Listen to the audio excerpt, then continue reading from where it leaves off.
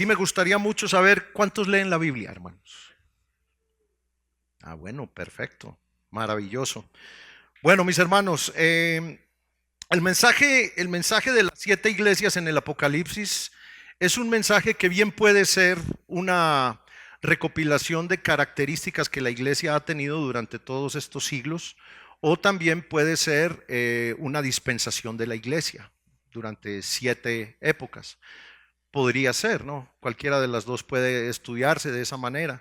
Lo importante aquí, mis hermanos, con los que conocen un poco de la palabra, o conocen o están familiarizados, el quiebre de este mensaje en el capítulo 4, de Apocalipsis, en el versículo 1.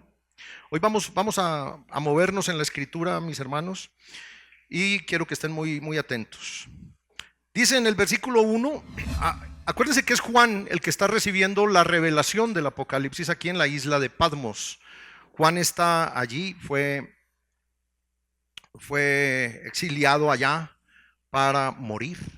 De hecho, murió de inanición en la isla de Patmos, el apóstol Juan. Y a él se le da esto y dice en el capítulo 4, versículo 1, después de esto, ¿después de qué? Después del estudio de las 7 iglesias, dice, miré y he aquí una puerta abierta en el cielo y la primera voz que oí, como de trompeta, dice, hablando conmigo, dijo, sube acá y yo te mostraré las cosas que sucederán después de estas. Juan recibió el mensaje de las 7 iglesias en Patmos, pero en esta visión el Señor le dice, sube acá. Entonces de ahí en adelante las cosas se ven desde el cielo. De ahí en adelante las cosas se ven desde arriba.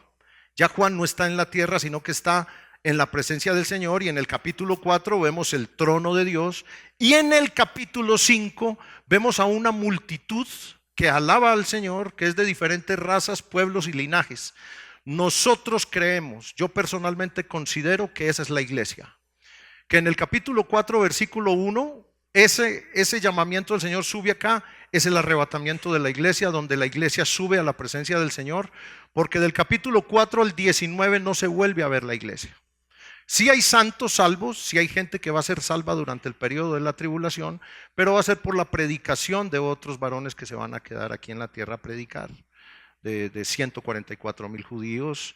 Los 2 testigos también van a tener un ministerio evangelístico poderoso y van a traer multitudes al Señor. Entonces, ahí la iglesia no vuelve a estar. Juan ya está arriba como representante de la iglesia de Cristo. Juan es un hermano en Cristo. Y pasa, mis hermanos, que la diferencia entre alguien que no conoce a Cristo y nosotros que lo tenemos a Él, escuchen esto, es que vemos las cosas de diferente manera. Saber que Cristo pronto regresará cambia totalmente nuestra manera de vivir. Yo puedo estar en una fiesta contigo o con alguien que no conozca al Señor, pero yo tengo una conciencia distinta estando allí, porque sé que Cristo va a venir, porque sé que le pertenezco a Él. Y la persona que no conoce al Señor, su vida es esa. Y yo puedo estar allí, ¿sí?, sin ningún problema, pero tengo una conciencia diferente y una manera distinta de ver la vida. Que ningún lugar, de hecho, valga la pena decirlo, ningún lugar puede cambiar lo que ya Cristo hizo en mí. Ningún lugar donde yo vaya puede cambiar lo que Cristo ya hizo en mi vida. Nada me va a cambiar. No es lo mismo vivir la vida pensando que todo está bien y que nada pasará, a vivirla sabiendo que Cristo pronto regresará. No es igual, hermanos. No es lo mismo. Estamos viendo cosas tremendas ahorita, lo que está sucediendo en el Medio Oriente. Está tremendo, posiblemente esto escale a un nivel mayor, es muy probable, y entonces se forme un escenario que está muy bien plasmado en la palabra de Dios y que va a terminar probablemente con un presidente diferente a Trump en Estados Unidos, un presidente más manejable, de acuerdo a Ezequiel 38, la guerra de Gog y Magog. Y entonces ahí se desenlace todo esto, pero sí podemos saber con seguridad, mis hermanos, que estamos en los tiempos finales, de eso que no nos quepa la menor duda. Primera de Tesalonicenses, capítulo 4, Versículos del 16 al 17 dice lo siguiente.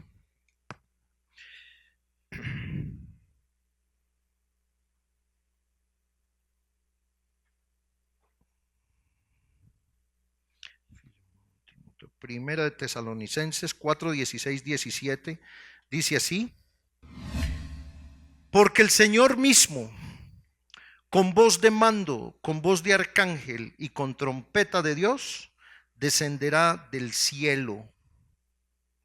Escuchen esta afirmación de la palabra de Dios. Porque el Señor mismo, ¿quién? Él mismo, no un ángel, sino Él mismo, descenderá del cielo con voz de mando, con voz de arcángel y con trompeta de Dios. Y los muertos en Cristo resucitarán primero. Ahí viene la primera parte de la resurrección después de las primicias que fue Jesús hace 2000 años, ¿sí? Y otros unas gavillas que resucitaron también con Jesús en aquel tiempo y que se presentaron a más de 500 personas en Israel. Entonces luego dice, luego nosotros, usted puede levantar la mano, los que vivimos, los que hayamos quedado, seremos arrebatados juntamente con ellos en las nubes para recibir al Señor en el aire. Y así estaremos siempre con el Señor. Bendito sea Jesús. A mí eso me llena de mucho gozo, mis hermanos, especialmente cuando tengo tantas cosas que pagar. Entonces, la palabra arrebatar, hermanos, en griego significa harpazo, con tilde en la segunda A o con acento en la segunda A, harpazo. Y quiere decir, fíjense lo que quiere decir esta palabra, mis hermanos, que está ahí, seremos arrebatados. Esta palabra quiere decir apoderarse de, tomar para uno mismo, levantar, quitar, subir, libertar, robar, sacar. En resumen a esto, en resumen con esto, quiere decir que el Señor nos tomará para Él mismo, nos levantará de la tierra, nos quitará de este mundo. Que hay gente que no se quisiera ir. Eso es lo lamentable, hermanos, que hay gente que está tan aferrada a este mundo que esto le parece terrible. Nos subirá a su presencia para encontrarnos con Él en las nubes, nos liberará de la maldad de este mundo. ¿No está cansado usted de la maldad de este mundo, hermanos? Sí. Si usted, hermano, es realmente un nacido de nuevo, anhela estar con Cristo. Así de sencillo, hermano. No estamos anhelando otra cosa. Nos robará de en medio de tanta perversidad y nos sacará para protegernos de la semana 70, de lo cual hablaremos enseguida, de los terribles 7 años finales de este pervertido sistema mundial de gobierno. Este sistema mundial de gobierno, como lo vemos ahorita, como está siendo gobernado por el hombre, por diferentes sistemas y por diferentes esquemas, va a terminar. No era el fin del mundo, pero sí será el fin de este sistema mundial y de este sistema de gobierno. Seremos arrebatados y transformados. Primera de Corintios 15 dice de la siguiente manera, Primera de Corintios 15, versículos 50 al 53. Dice así la palabra del Señor. Versículos del 50 al 53 dice: pero esto digo, hermanos, que la carne y la sangre no pueden heredar el reino de Dios, ni la corrupción hereda la incorrupción. Necesitamos ser transformados. Este cuerpo pecaminoso, este cuerpo de sangre, de carne que vivimos actualmente, no puede entrar a la presencia del Señor. Entonces dice el 51, he aquí os digo un misterio. Siempre esto fue un misterio. Aquí Pablo nos los está revelando, o sea, hasta aquí era un misterio. Os digo un misterio, entonces ya lo que va a decir ya no es un misterio, ya es la revelación del misterio. Entonces dice, he aquí os digo un misterio, no todos dormiremos, escuchen hermanos, no todos moriremos. Y muchos dicen, no, todos vamos a morir. Yo no sé, de pronto yo no. De pronto Pedro no, de pronto tú no. ¿Por qué? Dice, he aquí os digo un misterio, no todos dormiremos o moriremos, pero todos, eso sí, tanto los que resucitan como los vivos seremos transformados. Y seremos juntos un solo grupo para recibir al Señor en el aire. Amén. Eso merece muchos amenes, hermano. Bendito Dios. El 53, porque es necesario que esto corruptible, este cuerpo tan feo, se vista de incorrupción, y esto mortal se vista de inmortalidad. Entonces sí, volveremos a tener un cuerpo, claro, pero va a ser un cuerpo inmortal. Y va a ser un cuerpo tangible, pero va a ser un cuerpo inmortal. Ya no estaremos con todos estos problemas de salud y con todos estos problemas físicos. Sí, el que tenía la nariz fea y se la van a arreglar. A la que tenía, sí, a la que le falta cintura se la van a poner. En fin, una cantidad de cosas que van a pasar. Entonces, la palabra necesario que dice aquí, mis hermanos, porque es necesario. Esa palabra en este pasaje hace que el arrebatamiento de la iglesia sea un hecho sin precedentes y totalmente bíblico. Nosotros compartimos estos temas, mis hermanos, que para muchos forman un gran debate, pero ¿sabe por qué? Es por la falta de conocer la Escritura. Cuando yo investigué y analicé detalladamente todo este tema, me convencí mucho más de que el Señor viene por su iglesia. Porque es vasta la evidencia, es total la evidencia que hay en la palabra de Dios. Existe una profecía, mis hermanos, que quiero que me comprendan bien. Existe una profecía en la Biblia que es la mamá de todas las profecías, es la madre de todas las profecías, es el centro específico de todo el estudio escatológico en la palabra de Dios, y sin entender esa profecía no podemos entender las demás. Nos vamos a hacer bolas con ellas. Esta profecía está en el capítulo 9 de Daniel, versículos del 24 al 27, y es la profecía de las 70 semanas. Únicamente está allí. No la confundamos con las 70 semanas o con los 70 años que iba a estar el pueblo de Israel exiliado en Babilonia. No, eso no tiene nada que ver. Estamos hablando de las 70 semanas de Daniel, y se encuentra en el capítulo 9, versículos del 24 al 27. Les pido que lo estudien en su casa y que en el próximo curso se inscriban, porque después andan preguntando individualmente: ¿y qué va a pasar, hermano? ¿Y qué sucede acá? Pero si se invita al curso y nadie viene. Hay un curso para eso que lo damos muy seguido. Esta profecía marca el fin de los tiempos, el final de las dispensaciones y el inicio del reinado milenial de Jesucristo. Vamos a Daniel 9:24 para ver un detalle muy importante, mis hermanos, que es necesario compartirlo para poder entender muchas cosas. 9:24 dice así. Daniel 9:24 dice: 70 semanas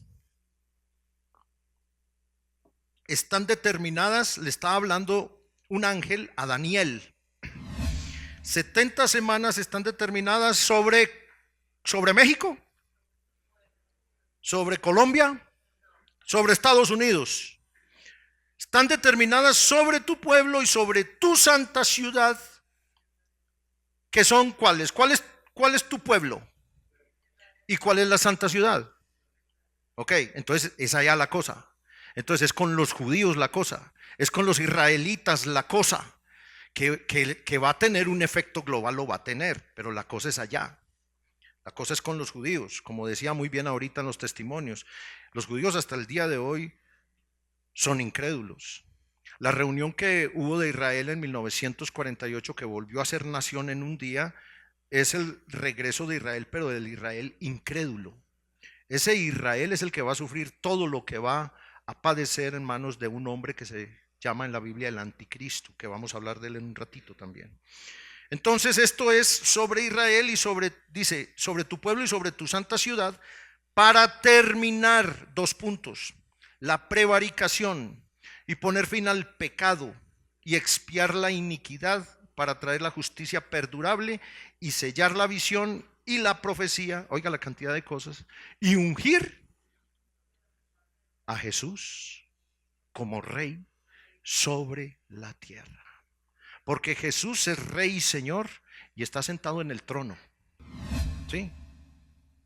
Pero no está sentado en el trono de aquí. Aquí hay un trono que lo maneja ¿quién? Satanás. Satanás tiene su trono en la tierra. Pero Jesucristo va a venir a reinar aquí un día. Y ese día va a establecer un reino que se llama milenio. Va a reinar por 1000 años y va a venir con su iglesia, que ya se fue con él 7 años antes. Volveremos con él. Se va la novia, pero regresa la esposa. Es una maravilla. Vamos a venir a reinar con Jesús. Entonces, el inicio de esta semana, vamos ahí al mismo Daniel 9, dice el 26, 9:26. Y después de las 62 semanas, más otras 7 semanas que habían antes, son 69, se quitará la vida al Mesías, mas no por sí. ¿Hace cuánto se quitó la vida al Mesías? Hace 2000 años. Ahí terminó la semana número 69 de esta profecía, que no tengo tiempo ahorita para explicar todo el tema de las 70 semanas, que es un tema que abarca 2 meses para estudiarlo semanalmente. Entonces, esta semana 69 terminó en la cruz del Calvario, allá en Jerusalén. ¿Hace cuánto? Hace 2000 años. Hace 2000 años. Y cronológicamente, mis hermanos, nos falta muy poco para cumplir esos 2000 años de acuerdo al calendario gregoriano, que es el que usamos. De acuerdo a ese calendario, faltan muy poco tiempo para que se cumplan esos 2000 años y empiece el tercer milenio después de que Jesús resucitó, que es el tercer día. Y Jesús resucitó temprano. Entonces, dice el 27, allá quedó la 69. Y dice el 27, y por otra semana, ¿cuál? La 70. Confirmará el pacto con muchos, a la mitad de la semana hará cesar el sacrificio y la ofrenda. ¿Qué quiere decir esto, mis hermanos? Que para que se ofrezcan sacrificios y ofrendas en Israel, tiene que haber un templo. Y el templo no se ha construido, pero ya está la clase sacerdotal en Israel, de acuerdo al ministerio arónico, para servir en ese templo. Si ustedes ponen en internet ahí el instituto del templo, les va a salir todo lo que los judíos ya tienen preparado para construir el templo. Ellos le llaman el tercer templo y realmente no es el tercero, sería como el cuarto, más bien. Porque en la historia no cuentan la restauración de Zorobabel, de Nehemías, que ese para mí sería el segundo templo. El tercer templo sería el de Herodes y este sería el cuarto templo. Pero bueno, los judíos le llaman el tercer templo. Para construir ese templo nuevamente en Jerusalén, que está en la mezquita, en la explanada de las mezquitas islámicas, pues tiene que haber un pacto. Y ese es el pacto que nunca ha existido entre árabes y judíos, o entre los descendientes de Ismael y los descendientes de Isaac. Hay una guerra allí entre ellos hasta el puro mismo día de hoy. Lo que está sucediendo con Irán y con todo esto es exactamente, o trae exactamente el mismo trasfondo. Trae exactamente eso. Odiarán a los judíos a muerte por siempre hasta que Jesús venga. Eso no se va a acabar, pero ¿qué sí va a pasar?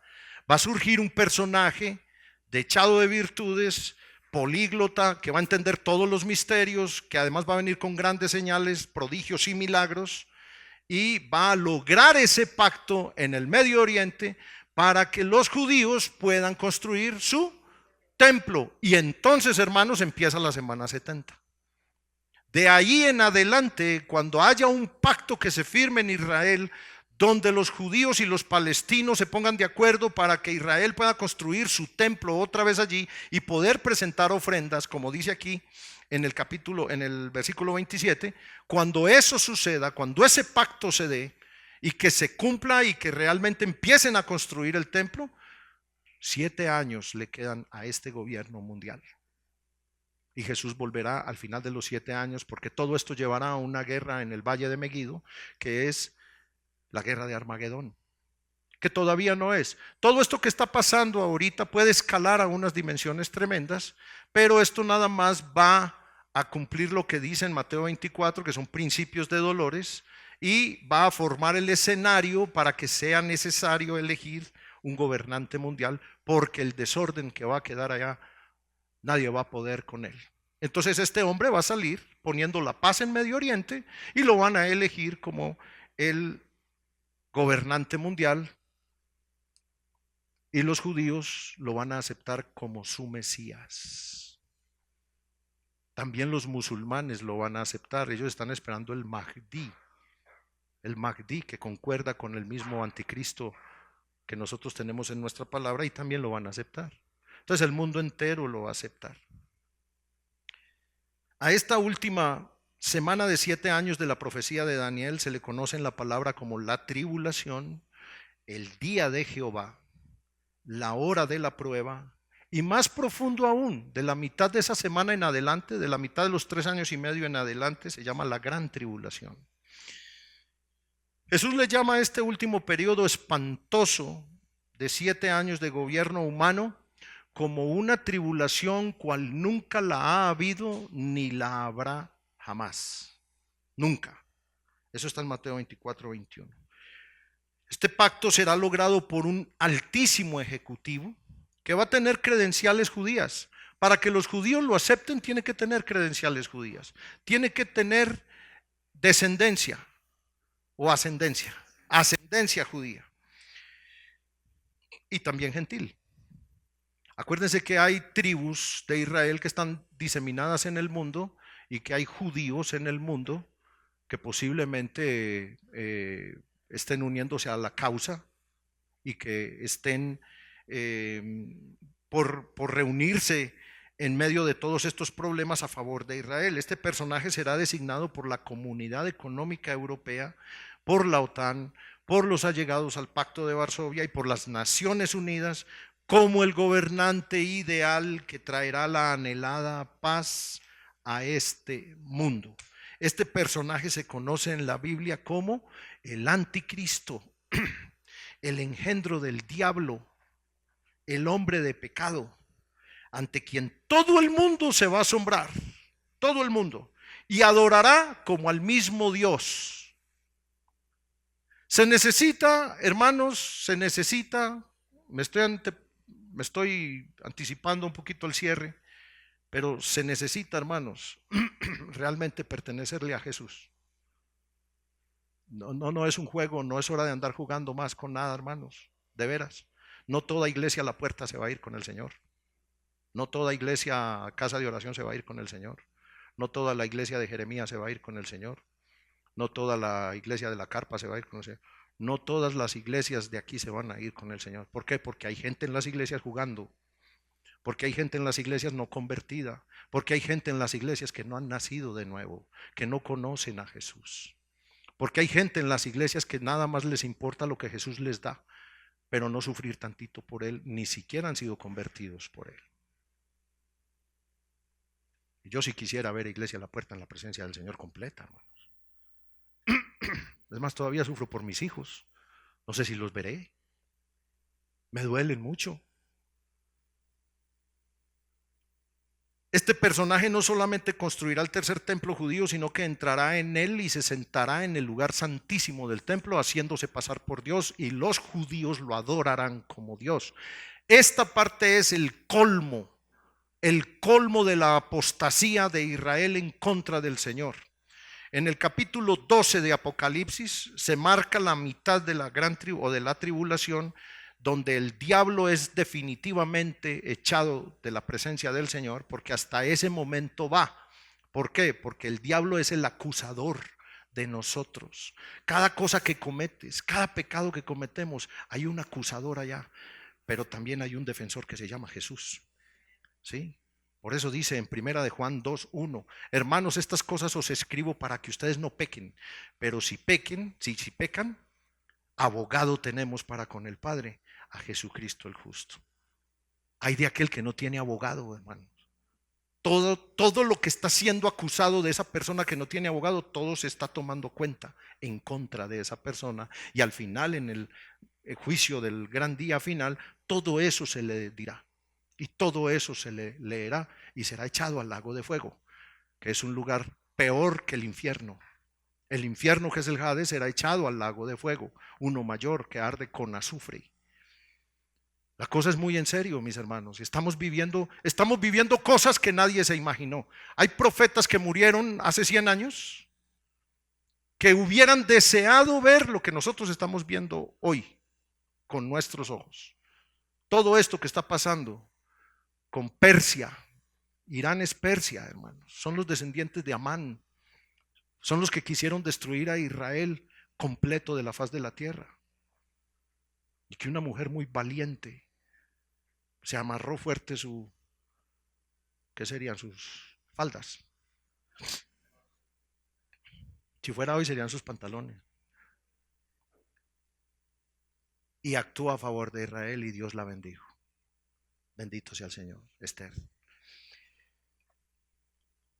Los mismos judíos lo adorarán como tal. Segunda de Tesalonicenses capítulo 2, versículo 4. Segunda de Tesalonicenses 2, capítulo 4. Capítulo 2, versículo 4. Dice así. Dice así. El cual se opone y se levanta contra todo lo que se llama Dios o es objeto de culto, tanto que se sienta en el templo de Dios como Dios, haciéndose pasar por Dios. Todas estas corrientes que están inundando el mundo, de que las religiones no deben ser tenidas en cuenta, de que la religión es lo peor que le puede pasar al ser humano, de que es el opio de los pueblos, de que los cristianos son lo peor, y todo lo que tenga que ver que está siendo desechado, es el espíritu que está llevando a que este personaje surja dentro del mundo como el que verdaderamente va a traer la paz tan anhelada y lo que tanto han pedido todos. Se va a sentar en el templo de Dios como Dios, haciéndose pasar por Dios. Mateo 24, 15, por favor. Mateo 24, 15. Dice así. Mateo 24, 15 dice así la palabra del Señor. Por tanto, cuando veáis en el lugar santo la abominación desoladora, de eso estamos hablando, de cuando el anticristo se siente en el templo y se haga pasar por Dios. Cuando veáis en el lugar santo la abominación desoladora de que habló el profeta Daniel, el que le entienda, entonces los que estén en Judea huyan a los montes. El que esté en la azotea no descienda para tomar algo de su casa, y el que esté en el campo no vuelva atrás para tomar su capa. Mas ay de las que estén encintas y de las que críen en aquellos días. Orad para que vuestra vida no sea en invierno ni en día de reposo. Esto es exclusivamente para Israel. Exclusivamente para Israel. Ay, es que yo pasaré por ahí, yo voy a tener que ponerme las pilas porque mire lo que me va a pasar. No. Esto es para Israel. Por eso no podemos, mis hermanos, argumentar capítulos como el 24 de Mateo, Lucas capítulo 17 y 21, Marcos capítulo 13 y Apocalipsis capítulos del 4 al 19. No podemos sacar nada de ahí para adjudicárselo a la iglesia, porque la iglesia no pasará por la gran tribulación. La iglesia no va a estar presente ahí, lo vamos a ver aquí más adelante. Pero es un error tomar versículos del capítulo 24 para adjudicarlos o con ellos sustentar de que la iglesia va a pasar por la tribulación. Eso es un grave error, porque esta profecía de las 70 semanas es para el pueblo de Daniel y su santa ciudad, que son los que finalmente culminarán la paciencia de Dios o colmarán la paciencia de Dios adorando al anticristo como su Mesías y habiendo desechado a Jesús. Primera de Tesalonicenses capítulo 5, Primera de Tesalonicenses capítulo 5 versículo 1 al 3 dice: pero acerca de los tiempos y de las ocasiones no tenéis necesidad, hermanos, de que yo os escriba, porque vosotros sabéis perfectamente que el día del Señor vendrá, así como ladrón en la noche. ¿Cómo viene un ladrón en la noche? ¿Avisa? No avisa. ¿Sí? Yo no sé por qué las cosas pasan en la noche, más que en el día. Va a tener el niño y en la noche. Yo sé que ya amanece uno en el hospital, ya nació. ¿Por qué no nace al mediodía? No, casi todos nacen en la noche. Sí, los asesinatos, todas las cosas pasan en la noche. Bueno, aquí dice que el Señor vendrá así como ladrón en la noche. No está diciendo que va a venir en la noche, sino que va a ser así de intempestivo, como cuando un ladrón entra a una casa en la noche. Ojo con el 3, que cuando digan paz y seguridad, que es lo que el anticristo va a ofrecer, entonces vendrá sobre ellos destrucción repentina como los dolores a la mujer encinta y no escaparán. La mujer encinta, la misma de Apocalipsis capítulo 12.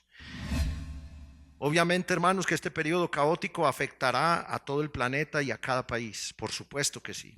En aquellos días las potencias mundiales, las potencias económicas, estarán bajo el yugo del anticristo. Tengamos muy en cuenta, mis hermanos, que la iglesia no está puesta para la ira. Primera de Tesalonicenses, capítulo 1, versículo 10. La iglesia no está puesta para la ira, porque después de los 3 años y medio, cuando el anticristo entra al templo y de allí en adelante la ira de Dios es derramada, con 7 ángeles que derraman la ira de Dios con 7 copas. Pero en Primera de Tesalonicenses capítulo 1, 10 dice, el 9, porque ellos mismos cuentan de nosotros la manera en que nos recibisteis y cómo os convertisteis de los ídolos a Dios para servir al Dios vivo y verdadero. ¿Sí ven qué bonito? La conversión trae servicio. ¿Cómo os convertisteis? Para servir al Dios vivo y verdadero y esperar de los cielos a su Hijo, al cual resucitó de los muertos, a Jesús, quien nos libra de la ira venidera. Voltéele aquí una página y se dice amén a eso, mis hermanos. Capítulo 5, versículo 9. Dice así, versículo maravilloso, mis hermanos. Porque no nos ha puesto Dios para ira. A ver, repitámoslo, mis hermanos. Porque no nos ha puesto Dios para ira. Ir a la iglesia va a pasar por la tribulación. No nos ha puesto Dios para ira, sino para alcanzar por medio de nuestro Señor Jesucristo. Bendito Dios. La trompeta final, porque dice que el Señor mismo, con voz de arcángel y con trompeta de Dios, esa trompeta sonará para arrebatar a la iglesia. No tiene nada que ver con las 7 trompetas del Apocalipsis, por un detalle poderosísimo, porque las 7 trompetas del Apocalipsis las toca un ángel. Esta trompeta del rapto la toca el Señor mismo. Las 7 trompetas de Apocalipsis son para juicio. Esta trompeta que toca el Señor es para reunión. Nos va a reunir el Señor. Eso está en el libro de Números. Entonces, mis hermanos, tenemos que tener la esperanza en alto. No debe parecernos extraño que la palabra nos hable de un arrebatamiento de la iglesia. No debe parecernos extraño eso, que de repente aquí estamos y pudiera ser ahorita. ¿Sí? Hay de los que se quedan. Pudiera ser en este momento, y de la Biblia que tiene Oli en sus manos, solo que de la Biblia. Y se va. ¿Sí? Y que se queden las sillas vacías y de repente 3 o 4 ahí. Caray. Está terrible la cosa, pero no debe parecernos raro, porque Dios ya lo hizo varias veces en la antigüedad. O sea, es que el tema del arrebatamiento y de cuidar a su iglesia, Dios ya lo hizo. O más bien de cuidar a su pueblo, Dios ya lo hizo en el pasado muchas veces. Y siempre con el mismo propósito, de guardar a sus siervos de la catástrofe. Miren, veamos 3 pasajes, mis hermanos, rápidamente. Salmo 27. Salmos 27, no creo que el autor del Salmo, que era David, lo comprendiera perfectamente. Salmos 27, 5. Escuche este pasaje que escribió el rey David, inspirado por el Espíritu de Dios. Dice, porque Él me esconderá en su tabernáculo en el día del mal. Este versículo no tiene más cumplimiento en la palabra de Dios, sino que en el arrebatamiento de la iglesia. Porque Israel ha pasado por todas. No los escondió el Señor en su tabernáculo. De Hitler no los escondió. Ni de los filisteos los escondió. Ni de Nabucodonosor los escondió. ¿A qué se refiere entonces? Al día de la tribulación desoladora. Dios me esconderá en su tabernáculo en el día final. Veamos este otro punto, Sofonías capítulo 2. Mientras llegan al libro de Sofonías, yo creo que puedo leer como 4 versículos, hermano. Sofonías capítulo 2, versículo 3. Dice, y este es un llamamiento maravilloso, mis hermanos: buscad a Jehová todos los humildes de la tierra, los que pusisteis por obra su juicio. Buscad justicia, buscad mansedumbre, quizás seréis guardados en el día del enojo de Jehová. Qué maravilla, qué promesa nos da el Señor tan grande a los humildes de la tierra, los que ponemos por obra su juicio, los que buscamos justicia, mansedumbre, quizás seremos guardados en el día del enojo de Jehová. Enoc, hermanos, Enoc fue un hombre que caminó con Dios y Dios se lo llevó del mundo antes del diluvio. Entonces no deben parecernos extraños a nosotros. ¿Y por qué Enoc no pasó por el diluvio? Porque Dios se lo llevó, porque Dios lo protegió. Noé, a Noé lo salvó el Señor por encima del diluvio, que es más o menos una representación también de los santos de la tribulación, que van a ser sellados con el Espíritu de Dios. Elías fue raptado por el Señor en carros de fuego antes de la deportación de Israel a Samaria y antes de la peor apostasía que hubo en Israel. Elías fue sacado de la tierra. En Egipto los israelitas fueron protegidos por el Señor. Cuando cayeron las plagas, a los israelitas no les tocó ninguna, por tener la sangre de un cordero pintada en el dintel de las puertas de su casa, la misma sangre que tenemos pintada en nuestros corazones el día de hoy, mis hermanos. Bendito sea Jesús. Rahab la ramera y su familia en Jericó fueron guardados por el Señor, porque le prometieron, porque guardó a los espías, y llegó la destrucción y ella no sufrió y se unió al pueblo de Israel. Y creo que está dentro del linaje de Jesús. Lot, sobrino de Abraham. Abraham le dijo: Señor, ¿destruiré esa Sodoma si hay 50 justos? No, no la destruiré. Y se fue hasta cuando no había ninguno, solo Lot. Y tuvieron que ir los ángeles por Lot a sacarlo para después destruir la ciudad. Y ahora, mis hermanos, ¿qué creen? El Señor lo volverá a hacer con su iglesia, sacándola de aquí antes de que venga los terribles 7 años que van a venir. Juan 14 del 1 al 3, por favor. Bendito sea el Señor. Juan 14 del 1 al 3. ¿Qué dice, mis hermanos? Dice así. Juan 14 del 1 al 3. No se turbe vuestro corazón. ¿Creéis en Dios? Creed también en mí. En la casa de mi Padre muchas moradas hay. Si así no fuera, yo os lo hubiera dicho. Voy pues, ¿a qué? A preparar lugar para vosotros. Y si me fuere y os preparara el lugar, vendré otra vez y harpazó. Os tomaré. Ese es harpazó también. Ese es arrebatar. Y os tomaré a mí mismo, para que donde yo estoy, vosotros también estéis. Filipenses 3, 20 y 21, mis hermanos. Filipenses 3, 20 y 21 dice así. Dice así. Mas nuestra ciudadanía está en los cielos, de donde también esperamos al Salvador, al Señor Jesucristo, el cual transformará el cuerpo de la humillación nuestra para que sea semejante al cuerpo de la gloria suya, por el poder con el cual también puede sujetar a sí mismo todas las cosas. Colosenses 3:4 dice así: cuando Cristo, vuestra vida, se manifieste, entonces vosotros seréis también manifestados con él en gloria. Segunda de Tesalonicenses, capítulo 2, versículo 1. Pero con respecto a la venida de nuestro Señor Jesucristo y a nuestra reunión con él, os rogamos, hermanos, que no os dejéis mover fácilmente de vuestro modo de pensar. O sea, Jesús viene, pero la iglesia tendrá una reunión con él aparte. Y Apocalipsis 3:10. Apocalipsis 3:10 nos enseña lo siguiente: por cuanto has guardado la palabra de mi paciencia, yo también te guardaré de la hora de la prueba que ha de venir sobre el mundo entero, para probar a los que moran sobre la tierra. Bendito sea Jesús. Nos vamos pronto, hermanos amados, nos vamos pronto. Y para esto la palabra nos dice que nos alentemos y nos animemos unos a otros. Primera de Tesalonicenses capítulo 4. Vamos a la profecía que vimos inicialmente. Primera de Tesalonicenses 4:13. Miren esto que dicen del 4 al 18, vamos a leerla completa. Tampoco queremos, hermanos, le habla a los cristianos, que ignoréis acerca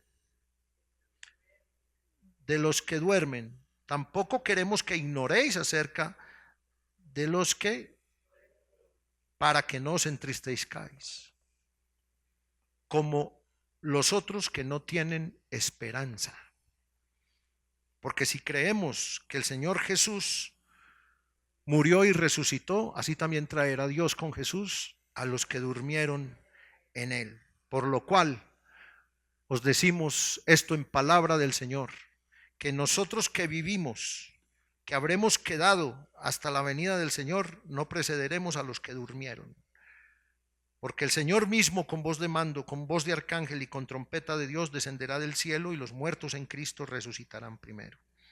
Luego nosotros, los que vivimos, los que hayamos quedado, seremos arrebatados juntamente con ellos en las nubes para recibir al Señor en el aire, y así estaremos siempre con el Señor. Y miren el 18. Por tanto, alentaos los unos a los otros con estas palabras. Si la iglesia fuera a pasar por la tribulación, pues ¿qué aliento nos daríamos? Hermano, aliéntate, te van a matar, que ni te imaginas. Hermano, anímate, te van a cortar la cabeza. Pues ¿qué ánimo es ese? Por eso dice la palabra, anímense. ¿Qué dice, mis hermanos?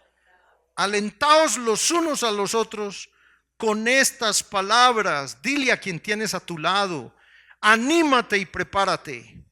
Pronto nos vamos con el Señor. Dile, anímate y prepárate. Pronto nos vamos con el Señor. Anímate. Gózate, hermano. Deja de tener esa cara de limón, hermano. Yo no sé el amargamiento de dónde te llega, hermano. Yo vivo en un gozo en Cristo, hermano. Híjole.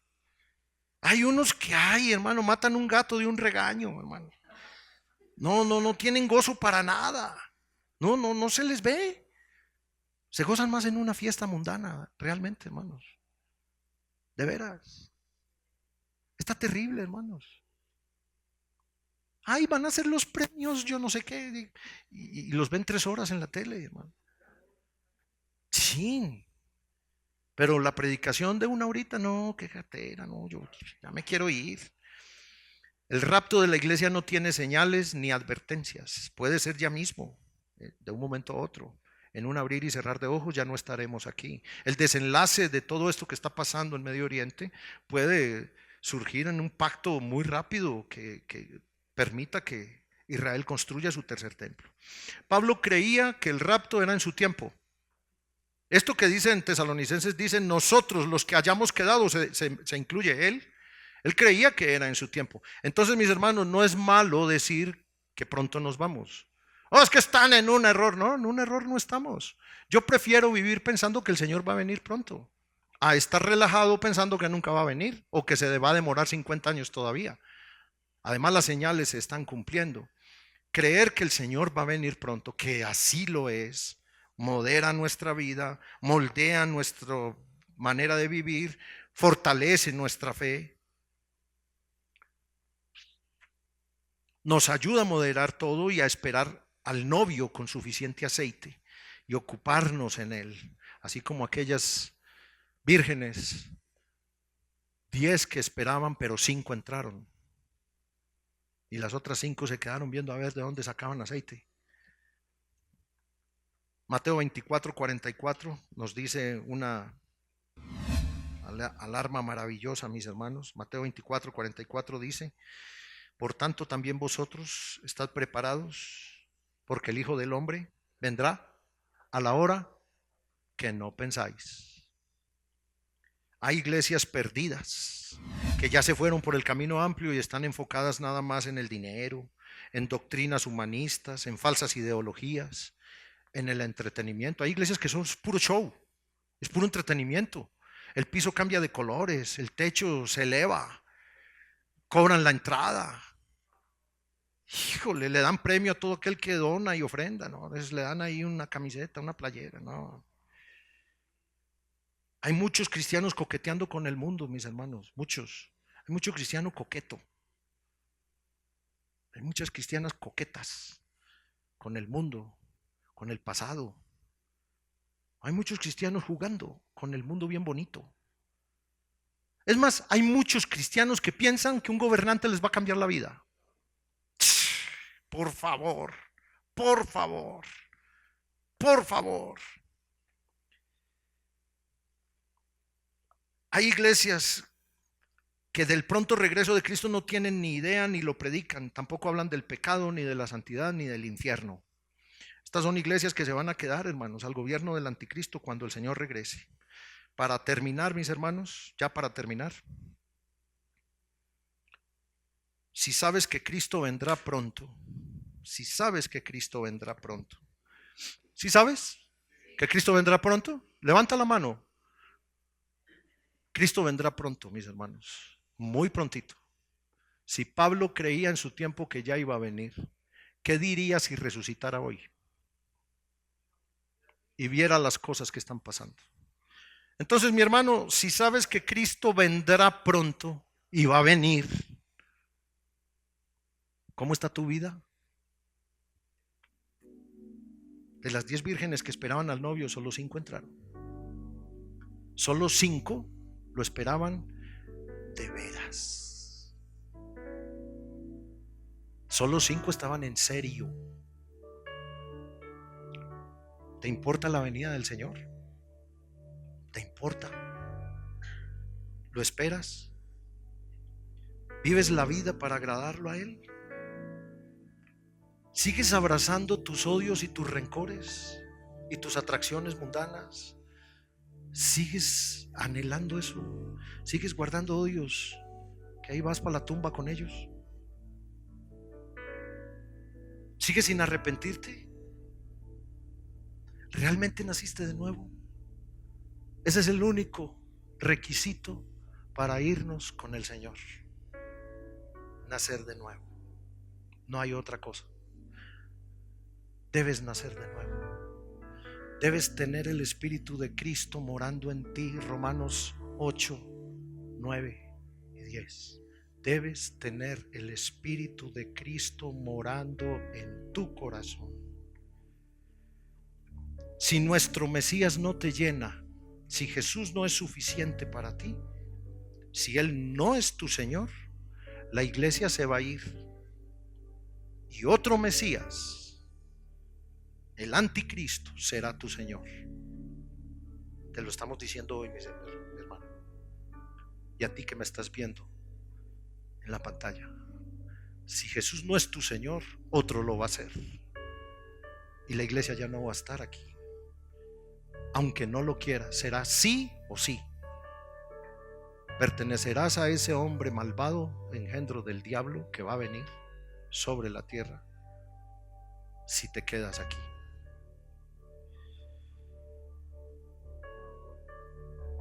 La venida de Cristo cada día está más cerca. El Señor nos está regalando este tiempo para que lo invirtamos bien. Que dejemos el éxito del mundo, hermanos, la vanagloria, la fama, las riquezas. Tengamos por prioridad las riquezas de Cristo. Estamos en tiempos muy complicados. La vida se va a volver más difícil cada vez. Y somos una generación que está viendo con nuestros propios ojos todo lo que Jesús dijo en Mateo 24 respecto al principio de dolores. Oirán de guerras y rumores de guerras, habrá hambres y terremotos en diferentes lugares, y todo esto será principio de dolores. Restaura, mi hermano, restaura. A ti que me estás oyendo, que ya no te congregas, que por algo te alejaste, restaura tu relación con el Señor. Restáurala. Él todavía sigue siendo el mismo que te puede perdonar y recibir. Prepara tu familia. Prepara tu familia. Si no les puedes hablar, sé ejemplo. Gracias al Señor por testimonios como los de el futuro yerno de Juan Pablo. Híjole, qué ganas me dan a mí de ver a mis hijos así. Un día estuvieron así. Prepara tu familia, porque Cristo viene pronto, hermanos. Muy pronto ya no estaremos aquí y el mundo nos va a extrañar. Nuestros familiares que no han querido rendir sus vidas al Señor nos van a extrañar y van a llorar mucho cuando ya no estemos. Van a llorar lágrimas y ríos de lágrimas. ¿Dónde se fue mi hermana, mi papá, mi mamá, mi niño? Las mujeres en embarazo de un momento a otro quedarán sin su bebé, porque de ellos es el reino de los cielos. Tengamos ánimo, hermanos. Pronto nos iremos de aquí.